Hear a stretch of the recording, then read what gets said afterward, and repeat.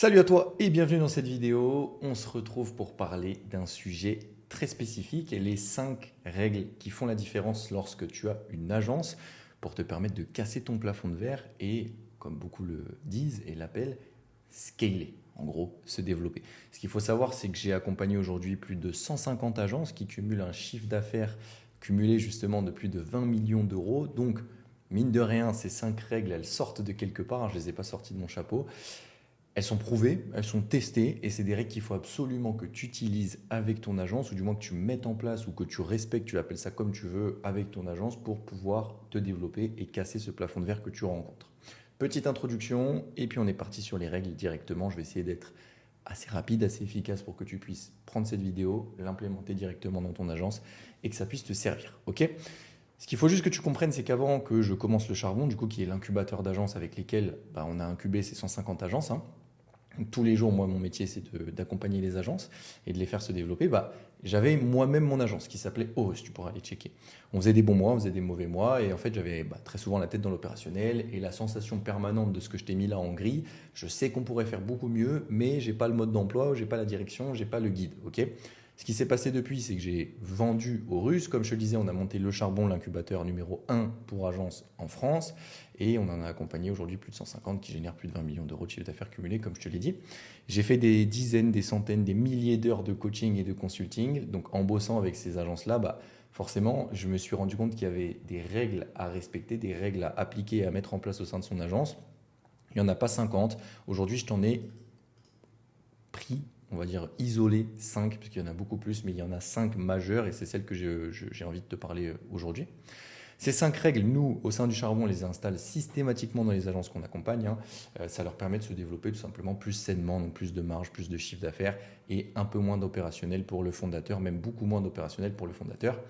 Comme je te l'ai mis ici, ce n'est pas des conseils inspirants ou des phrases LinkedIn, on va parler de choses concrètes. Ok, si tu les appliques, ton agence deviendra plus simple à piloter, va faire plus de chiffres et plus de marge. Ok, si tu les ignores, ce qui est ton choix, mais ça m'étonnerait que tu passes quelques minutes avec moi et qu'ensuite tu t'en fiches complet de ce que je vais dire, forcément, tu vas stagner.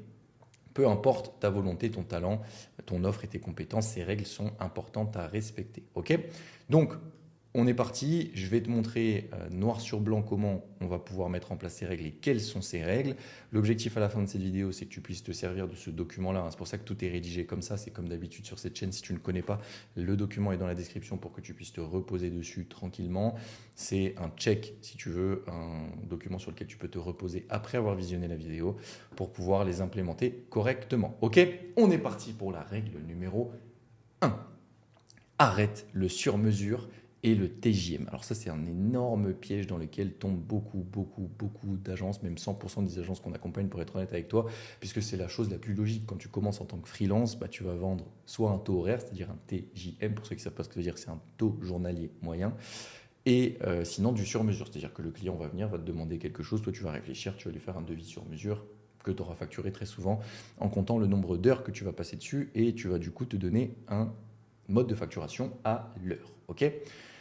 Le problème avec ça, c'est que si chaque client a une offre différente, un prix différent et un process différent, parce qu'en fait c'est du sur-mesure ou du TJM, tu ne passes jamais le même temps, tu fais jamais la même chose, tu n'as jamais les mêmes livrables, ton agence, ce n'est pas une agence, tu restes en mode freelance. C'est juste que tu as d'autres freelances qui vont t'aider ou tu as une équipe autour de toi qui va t'aider, mais tu continues à fonctionner en mode freelance. Et ça, c'est très dangereux. Les 2 problèmes majeurs avec ça, c'est que tu vends ton temps. Donc, tu plafonnes mécaniquement. Si tu vends ton temps, tu as beau augmenter ton taux horaire, tu resteras limité. C'est mécanique, c'est mathématique. Ok. Et surtout, tu ne peux rien industrialiser. Chaque mission est un cas particulier, donc zéro effet d'échelle. Tu ne peux pas, comme je te l'ai dit au début de cette vidéo, scaler, tu ne peux pas multiplier les projets et les empiler, c'est-à-dire que ta croissance est plafonnée aussi mathématiquement. Donc je pense que tu comprends les problèmes que ça cause. Maintenant, comment est-ce que tu peux y répondre? Parce que oui, c'est facile de te dire qu'il faut que tu arrêtes de facturer du TJM, mais il y a un moment donné, il faut aussi personnaliser les offres en fonction des clients, je suis assez d'accord avec toi. Et il faut aussi avoir des réponses à tes questions, c'est-à-dire qu'est-ce que tu fais maintenant? Nous, on met en place une méthode qu'on appelle la méthode Lego. L'idée est très simple, tu vas découper tout ce que tu fais, donc tous les livrables que tu vas proposer à tes clients, sous forme de briques standardisées. Ce que je veux dire par briques standardisées, c'est qu'à chaque fois que tu vas proposer un service ou un livrable, tu vas définir un prix de ce service ou de ce livrable et tu vas définir un mode de livraison, c'est-à-dire qui fait quoi, comment, pourquoi, combien ça te coûte de livrer cette prestation. Des exemples de briques, je t'en ai mis quelques-uns ici, tu pourras les checker tranquillement sur le document, mais en gros, c'est un livrable que tu proposes au sein de ton agence. Et chaque livrable correspond à une brique qui est standardisée. Ensuite, ce que tu vas faire avec ces briques-là, c'est que tu vas créer des offres qu'on appelle packagées. C'est-à-dire que tu vas partir de ces briques que tu as constituées et tu vas venir les assembler pour créer des offres qui sont logiques. Tu vas te rendre compte de quelque chose dans ton aventure et tu t'en es peut-être déjà rendu compte aujourd'hui. 80% du business, c'est-à-dire 80% des livrables qu'on va te demander, sont les mêmes à chaque fois. Et tu as juste à reprendre ce qu'on t'a demandé le plus. Tu prends ces briques-là qui y correspondent et tu factures 2 à 3 niveaux d'offres, tu vois, starter, core, premium. Mais en gros, aujourd'hui, tu dois passer de je vous fais un devis sur mesure avec un tarif à l'heure à j'ai des livrables, donc des briques qui sont standardisées et qui ont un prix chacune. Je prends 80% des demandes et je crée 3 offres ou 3 niveaux d'offres ou 2 niveaux d'offres qui sont des packages de ces différentes briques que je vais justement imbriquer ensemble pour créer des offres packagées qui correspondront à 80-90% des demandes que tu auras de la part de tes clients. Tu vas devoir aussi définir un périmètre clair pour chaque offre. Donc, c'est ce que je te disais, quelles sont les briques que tu vas mettre dans ces offres-là. Et tu vas vendre les packs. Okay, tu ne vas plus vendre des jours hommes ou un taux horaire. Et le client n'achètera plus du coup des journées de prod, il achètera un résultat, un cadre, un livrable et même un assemblage de livrables, un assemblage de briques. Okay, le résultat, c'est que tu peux former ton équipe sur des process répétables. Donc, toi, tu peux sortir de l'opérationnel, ce qui est quand même le point d'étranglement ou point d'étranglement, point de, je ne sais plus comment on peut dire ça, mais le point de blocage principal. Tu peux augmenter tes prix parce que ton offre elle est claire et elle est positionnée, ce qui n'est pas le cas quand tu fais du TJM ou du sur-mesure. Tu fais un peu tout et tu le fais selon un taux horaire. Donc, tu es vraiment en mode freelance et un peu je fais tout, quoi, très opérationnel. Tu n'es pas reconnu comme une agence clairement positionnée sur son secteur. Et tu gagnes en vitesse, en qualité et en marge parce que tout ce que tu vas pouvoir répéter, tu vas marger plus parce que tu vas trouver des manières de le faire plus vite. Tu vas marger plus parce que tu vas trouver des personnes pour le faire à ta place. Et tu vas gagner en vitesse puisque tu ne seras plus coincé à le faire toi. Et surtout en qualité parce qu'à force de répéter les mêmes livrables, ils vont devenir de plus en plus qualitatifs. Tu vas améliorer tes process aussi. Donc, cette règle-là, c'était potentiellement la règle la plus longue de cette vidéo. C'est pour ça que j'ai commencé avec celle-là. Arrête de facturer en TJM.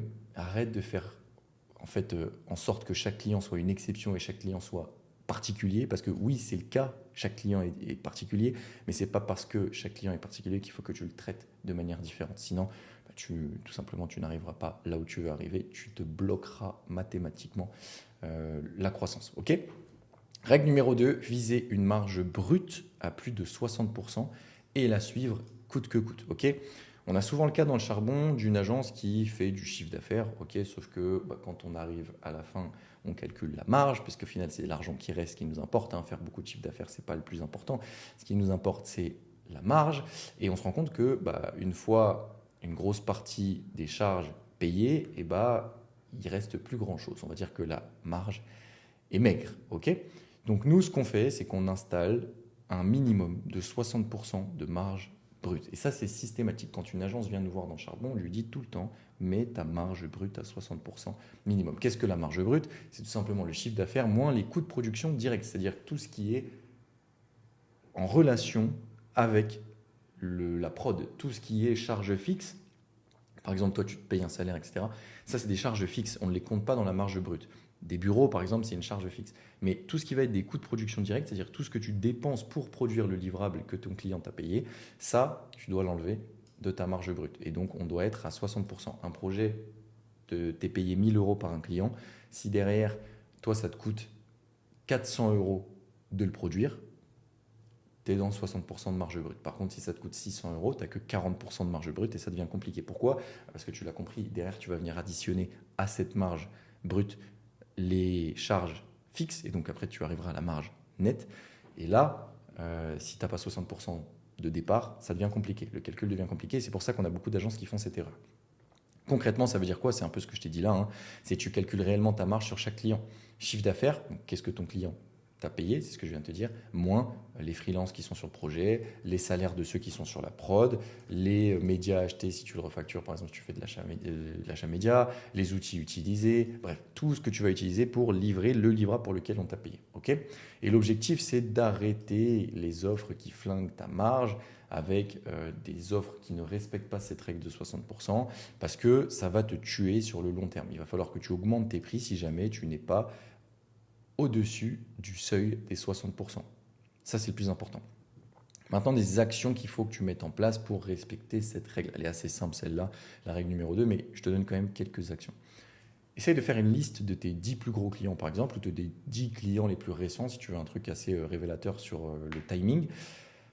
Pour chacun de ces clients, tu vas calculer le chiffre d'affaires qui te paye, mensuel ou pas mensuel, ça dépend de comment tu te débrouilles. Le coût de la prod, pareil, mensuel ou pas mensuel, ça dépend de comment tu te débrouilles. Et donc la marge brute de chacun de ces clients. Et ensuite, tu vas les classer sous forme de, on va dire, d'échelle ou de type de clients.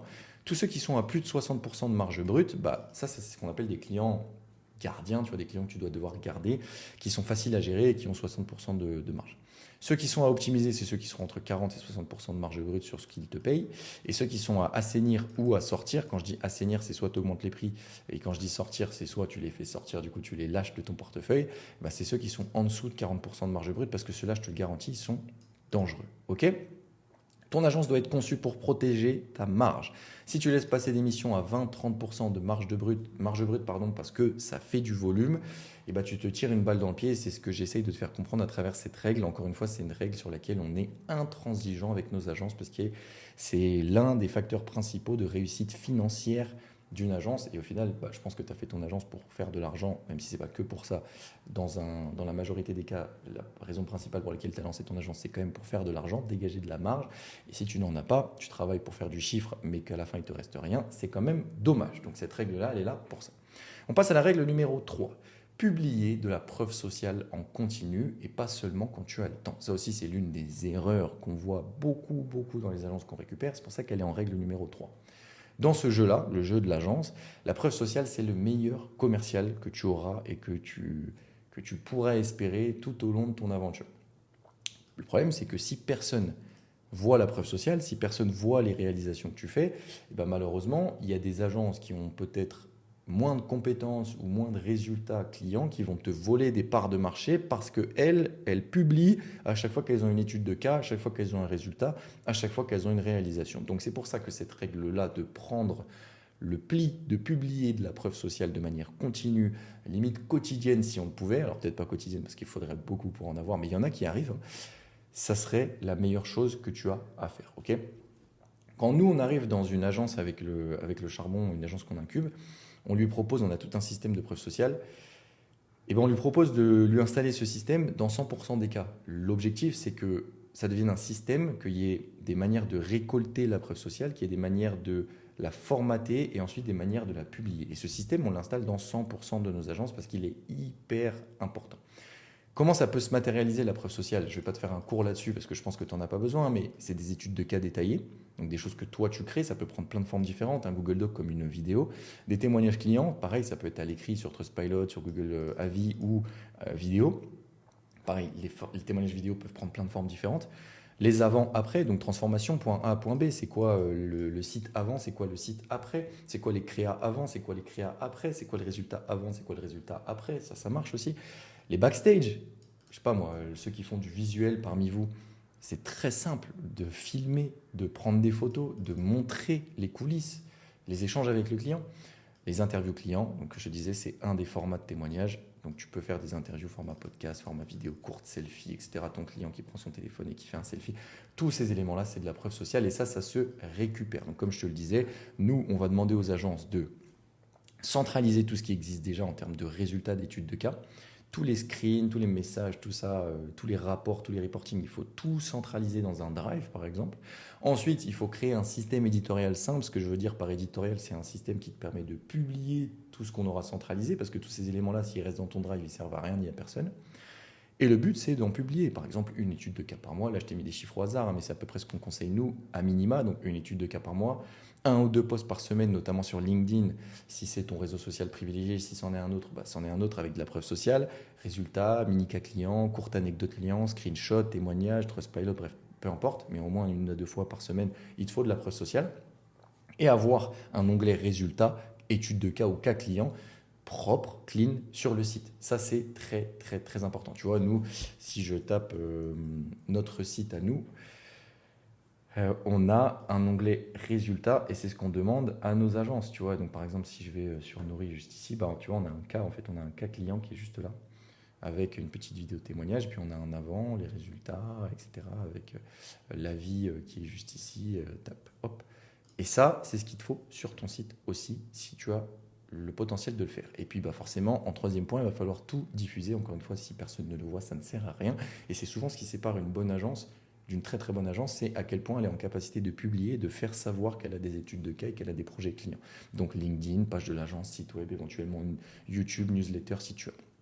L'objectif de cette règle numéro 3, je rappelle, qui est publier de la preuve sociale en continu, c'est qu'un prospect qui te découvre puisse en 5 minutes, peu importe sur quelle plateforme ou par quel biais il te découvre, se dire « Ok, ils ont déjà fait ce que je veux avec quelqu'un qui me ressemble, ok, pour des gens comme moi, et ils ont eu des résultats que potentiellement moi je veux obtenir aussi. » Et en gros, quand tu arrives à faire prononcer ça dans la tête de ton prospect sans même lui avoir parlé, hop, tu as déjà gagné. Et c'est ce qu'il faut que tu arrives à faire pour gagner des parts de marché vis-à-vis de tes concurrents, parce que eux, je peux te garantir qu'ils ne se laissent pas prier pour le faire. Ok ?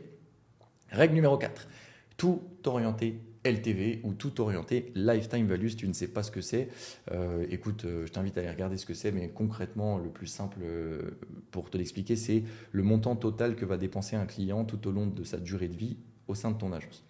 L'objectif de cette règle, c'est d'arrêter de penser par projet. Trop souvent, on récupère des agences qui pensent comme ça. Combien je peux facturer sur ce deal, donc combien je peux facturer sur ce projet, alors que nous, on veut des agences qui pensent comme ça. Combien vaut ce client sur 3 ans s'il reste chez nous? Et en fait, quand tu switches cet état d'esprit, il se passe plein de choses derrière qui sont très très saines pour ton agence. Et c'est pour ça qu'il faut absolument que tu aies ce réflexe-là. Change. C'est pas combien est-ce que je peux facturer ce projet, c'est combien est-ce que ce client peut me rapporter sur sa durée de vie totale au sein de mon agence. Et tu vas voir que ça va te permettre de filtrer les clients, ça va te permettre de mieux les adresser en termes de commercial, et les démarches deviennent bien meilleures quand tu penses comme ça. Et ça, c'est ce qui fait la différence entre une agence qui va cavaler, qui va toujours mettre des efforts pour signer de nouveaux projets, etc., versus une agence qui va créer un portefeuille client solide, qui va prendre des commandes tous les mois, tous les 2 mois, tous les 3 mois, mais bref, qui va prendre plusieurs commandes tout au long d'une année et même encore plus loin tout au long de la durée de vie de ce client au sein de ton agence. Cette différence, elle est colossale. Okay, et on le voit mathématiquement, c'est colossal. Si jamais tu veux qu'on fasse des calculs sur la LTV, ou tu veux en voir, je t'invite à aller regarder sur cette chaîne parce qu'on en a déjà parlé, ou même sur Instagram, j'en parle beaucoup de cet aspect LTV parce que c'est ce qui fait gagner une agence sur le long terme. Tu pourras aussi faire les calculs tranquillement entre une agence qui garde son client versus une agence qui fait que de re-signer du nouveau pipe. Les résultats sont juste colossaux. Enfin, la différence est colossale. Ce que ça change, c'est ce que je disais dans la manière de vendre. Tu vas favoriser des collaborations long terme plutôt que des one-shot et tu vas poser un cadre dès le début. Par exemple, on travaille sur 6-12 mois avec certaines phases, certains jalons et en fait, tu montes aussi en professionnalisme, tu montes en gamme.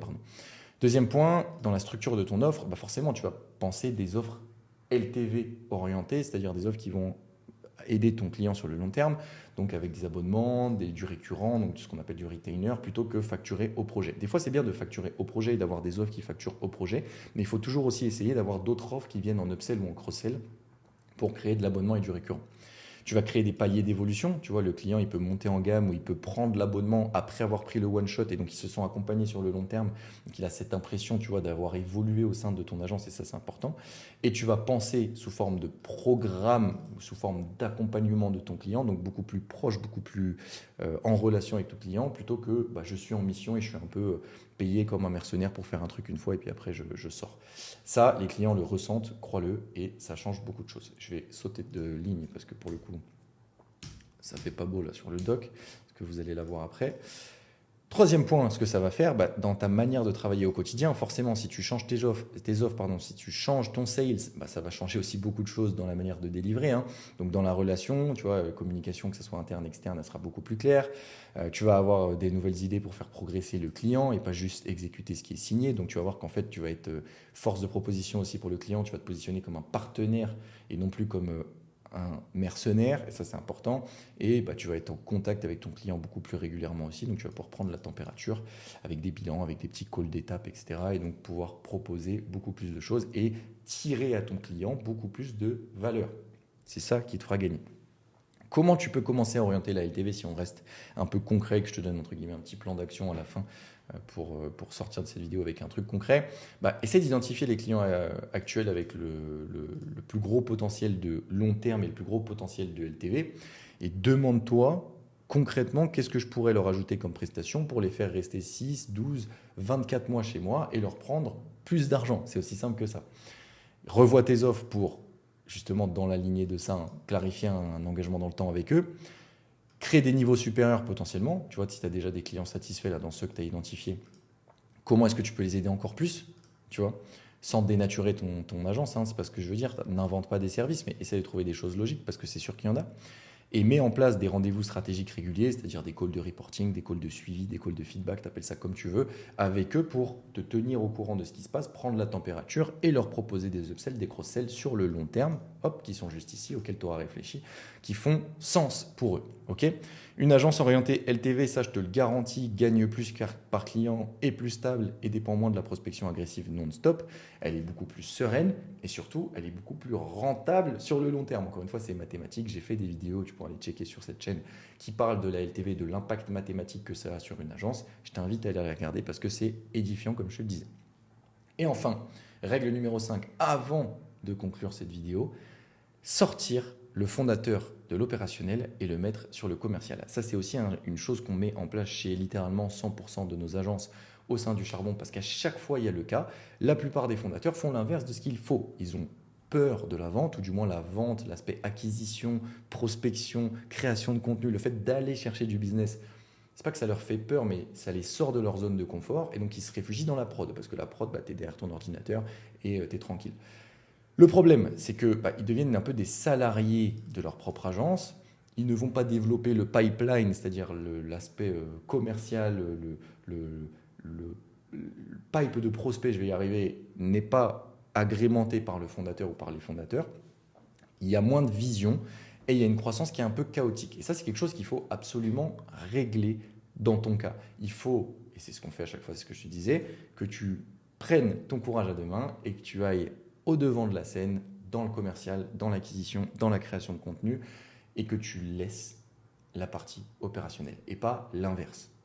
On ne délègue pas le commercial avant d'avoir délégué l'opérationnel, et ça c'est une erreur que je vois, mais littéralement 100% des fondateurs et fondatrices d'agences que j'accompagne ou même avec qui je discute tout simplement. Il y a cette volonté, je ne sais pas pourquoi, enfin si je sais pourquoi, c'est parce qu'il y a cette zone de confort là, de déléguer la partie commerciale, alors que c'est au fondateur d'aller chercher le commerce.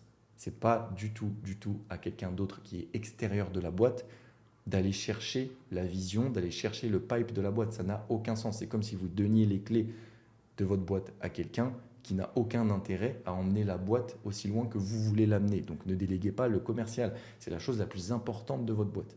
Vous déléguerez ça quand vous ferez 10 millions à l'année. Le job du fondateur, c'est de vendre, structurer et faire grandir l'agence. Pas faire 80% de la prod. C'est exactement ce que je viens de dire. Ce que ça change concrètement dans le rôle du fondateur ou de la fondatrice au quotidien, c'est que tu vas bloquer du temps chaque semaine pour les calls de vente, les relances, l'acquisition, la création de contenu. Tu vas prendre en charge les clients stratégiques et les gros deals. Commercialement, tu n'es pas caché derrière ton ordi à faire de la prod. Tu vas au contact et sans aller au contact, tu ne peux pas respecter cette règle 4. Sans aller au contact commercial de tes clients, tu ne peux pas maximiser ta LTV. Et tu vois que mathématiquement, ça va pêcher avec ton agence. Tu vas passer aussi plus de temps à travailler sur les offres, les prix, la marge. Encore une fois, c'est très lié à toutes les autres règles qu'on a vues dans cette vidéo. Dans l'organisation de la prod, ce que ça va t'obliger à faire, vu que tu vas devoir libérer du temps pour aller sur le commercial, ça va t'obliger à identifier ce que tu fais sur l'opérationnel et obliger à déléguer cette partie-là.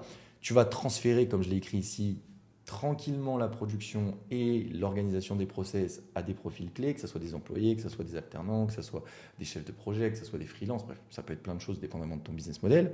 Ça va t'obliger aussi à créer des checklists et des process documentés, et ça on appuie beaucoup là-dessus sur cette chaîne, pour que la qualité de ce que tu livres ne dépende plus de toi. Encore un petit espace que j'enlève. Pour la lisibilité, vous avez vu, je fais attention à vous sur les documents. Par où commencer ? Pour rester dans le concret. Pendant une semaine, note tout ce que tu fais heure par heure. Ça, c'est un exercice que je fais faire aussi à beaucoup de fondateurs et fondatrices qu'on a qui sont sur cet aspect-là pour qu'elles se rendent compte et qu'ils se rendent compte des erreurs qu'ils font et du temps qu'ils ne passent pas justement sur l'aspect de développement de la boîte, c'est-à-dire l'aspect commercial. Tu prends un carnet, un stylo, fais-le à la main, ne le fais pas sur Notion ou je sais pas quoi. Je ne sais pas pourquoi vous êtes tous omnibulés par Notion, par il faut écrire. Non, prenez un stylo et un carnet parce qu'en fait, le fait d'écrire, ça va vous permettre de matérialiser clairement dans votre cerveau la bêtise que vous faites. Vous notez tout ce que vous faites, heure par heure, à la semaine. Et des fois, je le fais faire pendant 2 semaines même, pour que ça soit vraiment révélateur. Après ça, une fois que tu as passé cette semaine, tu barres tout ce qui ne devrait plus être ton rôle de fondateur, tout ce qui va être sur l'aspect opérationnel que tu peux déléguer, sur lesquels tu n'as pas de valeur ajoutée par rapport à quelqu'un d'autre, tu le barres. Et tu vas remplacer toutes ces heures-là que tu as notées par des créneaux de prospection, des créneaux de call de vente, des créneaux de suivi et de relance de ce qu'il y a dans ton pipe et des créneaux de travail sur la vision, sur le développement, c'est-à-dire sur les offres, sur les prix, sur les marges, etc. Ce qu'il faut que tu comprennes, c'est qu'une agence où le fondateur est planqué, c'est quasiment pareil, mais planté dans la prod reste bloqué. Qu'il soit planté, c'est un peu pareil. Quoi qu'il arrive, l'agence reste bloquée parce que c'est trop facile de se réfugier derrière son ordinateur et de rester dans la prod plutôt que d'aller au contact avec les clients. Une agence où le fondateur est sur le commercial, l'offre et la stratégie, là, ça va vraiment scaler, tu vois. Je vais le mettre en vert carrément. Et c'est ce switch-là que je veux que tu opères et c'est ce switch-là qui est la base de cette règle numéro 5. OK ? Conclusion. Bien évidemment, tu le sais, avec le charbon, on peut le faire ensemble. Enfin, c'est une question. Donc ça sera plutôt à toi de voir et puis il faut qu'on ait une discussion là-dessus. Si en lisant ce guide, tu t'es rendu compte que certaines règles ne sont pas en place chez toi, c'est normal, t'inquiète pas, c'est 100% des cas des agences qu'on récupère dans le charbon. Ça ne, c'est pas quelque chose qui est inné, c'est quelque chose qui s'apprend. Et c'est précisément ce sur quoi on travaille chaque jour avec les agences qu'on accompagne, parce qu'à chaque fois que je t'ai donné cette règle, je t'expliquais d'où elle venait et pourquoi est-ce qu'on l'implémentait comme ça avec nos agences. Donc c'est vraiment pas des conneries ce que je raconte, c'est 100% du monde qu'on récupère, 100% des fondateurs et fondatrices ne respectent pas ces règles-là, ou du moins ne les respectent pas les 5. Il y en a peut-être certaines qui sont respectées, mais pas du tout l'intégralité. C'est pour ça qu'on existe et c'est pour ça que le charbon marche bien. Je touche du bois, mais il y a toujours ces problématiques dans les fondateurs d'agences qu'on a. Donc, si tu veux qu'on regarde ton agence ensemble, qu'on identifie tes plus gros leviers de croissance, qu'on voit comment on peut appliquer ces 5 règles et des dizaines d'autres au sein de ton agence pour te mettre sur les bons rails, écoute, tu as juste à prendre un rendez-vous avec notre équipe, ça sera directement dans la description comme d'habitude si tu connais la chaîne. Tu pourras discuter avec nous de ce que tu fais, de ce que tu ne fais pas et de ce que tu aimerais faire. Et puis on pourra te dire clairement si on peut t'accompagner, si on est les bonnes personnes pour le faire et si on peut t'aider à passer un cap parce que c'est notre métier, c'est ce qu'on fait tous les jours. Donc on sera en capacité de te le dire très rapidement. Écoute, je te dis à très vite sur cette chaîne YouTube pour de nouvelles pépites. J'espère, comme moi, que tu considères cette vidéo comme une pépite. On met beaucoup d'énergie dedans, donc n'hésite pas à nous le dire aussi dans les commentaires si ça te plaît et si tu as des sujets particuliers que tu aimerais qu'on adresse. Et puis, voilà. Google Meet qui sonne. Je m'en vais comme vous. Je suis fondateur, donc il faut que j'aille faire de la prod. Cette fois-ci, ça va être de la prod. Let's go. Je vous laisse à très vite. Et puis on se tient au courant.